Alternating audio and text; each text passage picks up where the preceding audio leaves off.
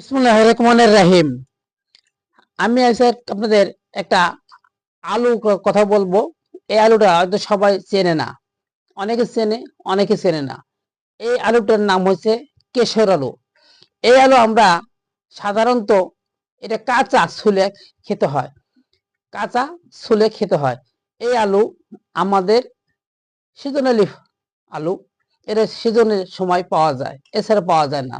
কিন্তু এই আলু যে আমাদের শরীরের জন্য এতই উপকার হয় যে আমরা ভেবে চিন্তা করতে পারি না।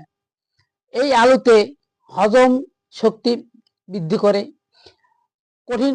কঠিন এবং পায়খানা যদি শক্ত এবং হয়, সেটা থেকে আপনাদের মুক্তি পাবেন। এবং এই আলুতে চোখের জন্য আপনাদের খুবই উপকার, চোখের শক্তি বাড়ায়।